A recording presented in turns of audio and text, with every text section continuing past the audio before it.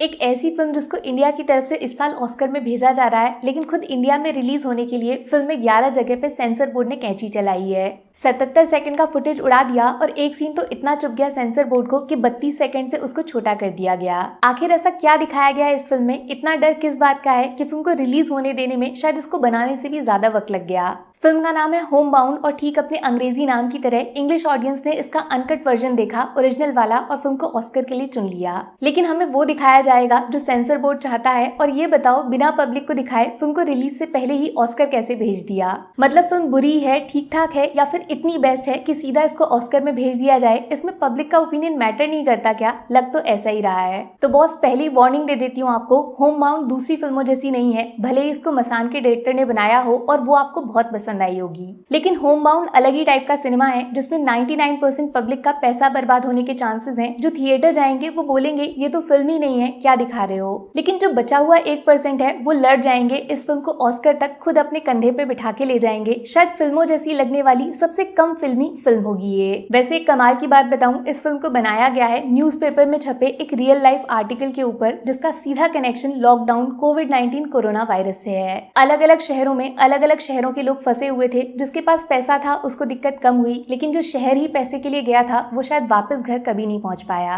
1000 kilometre पैदल अपने पैरों से चलना सुनने में मनगढ़ंत कहानी लग रही होगी, लेकिन आंखों के सामने सबूत जिंदा है। पर जो मर गया वो है इंसान और उसकी इंसानियत। होम बाउंड कहानी है दो जिगरी दोस्तों की। लप्पू झप्पू जैसे ये शब्द एक साथ इस्तेमाल करने के लिए बने हैं ना, वैसे ही ये दोनों मेड और मेड फॉर ईच अदर हैं। सपना एक जैसा है, सर हो सबसे ऊंचा और ऊंचे सर के ऊपर पुलिस की ऊंची टोपी, जिसको देखकर हर कोई सैल्यूट मारेगा। सपने में जो दुनिया देखी है उसको ऐसा बनाना है कि दूसरे उसको जीने का सपना देखेंगे। फिर आता है कहानी में विलन, गरीबी और जाति। क्या डेडली कॉम्बिनेशन है ना ये। कायदे से जिसको ये दोनों बीमारी लग गई उसका बचना असंभव है, कोई वैक्सीन काम नहीं करती। पर इन दोनों की लड़ाई को रास्ता दिखाती है आसमान में उड़ने वाली एक चिड़िया। खेलोगे कूदोगे बनोगे खराब, पढ़ोगे लिखोगे बनोगे साहब, लड़की ने लड़कों के कानों में बोल दिया है। लेकिन फिर होता है कुछ ऐसा जो इंसान के काबू से ही बाहर है। होम बाउंड का लास्ट आधा घंटा आपको सन कर देगा, कुछ बोलने लायक बचोगे नहीं, मेंटली डिस्टर्ब हो जाओगे। देखो, ईमानदारी से ये फिल्म फिल्मों जैसी है ही नहीं। सच बोलूं तो एक चांटे जैसी है, जो मुझे, आपको और हर उस इंसान को पड़ेगा जो ये सोचता है कि दुनिया में इतना बुरा तो किसी के साथ नहीं होता होगा।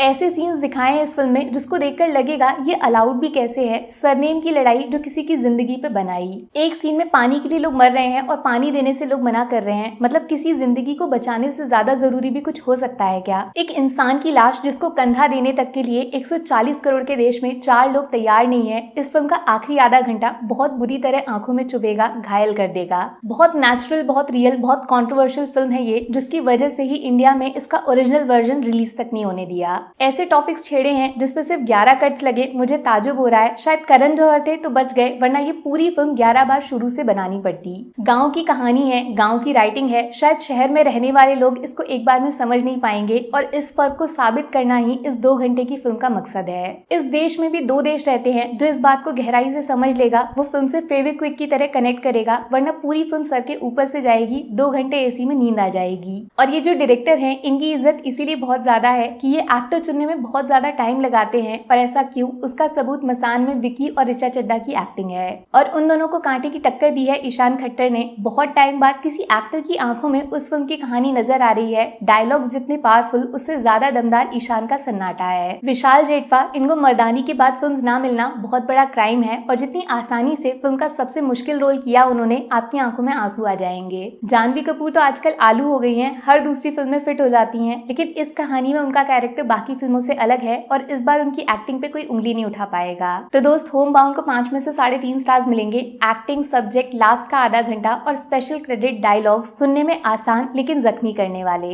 नेगेटिव्स, फिल्म थोड़ी सी स्लो है, सीन को फील कराने में टाइम लग जाता है और एंटरटेनमेंट कम है। जैसे 12th फेल भी एक ट्रेजेडी की कहानी थी, लेकिन उसको बनाया ऐसे गया कि जिसने देखा हर किसी को मजा आ गया। होम बाउंड को समझना मुश्किल है, इससे जुड़ना उससे भी ज्यादा कठिन। ऑस्कर के लायक ये फिल्म है या नहीं, वो फैसला उन लोगों पे छोड़ रही हूँ मैं जो इस फिल्म को देखने जाएंगे। तो लौट के बताना जरूर आपका फैसला क्या है। मिलूंगी फिर से बहुत जल्दी। Take care, bye.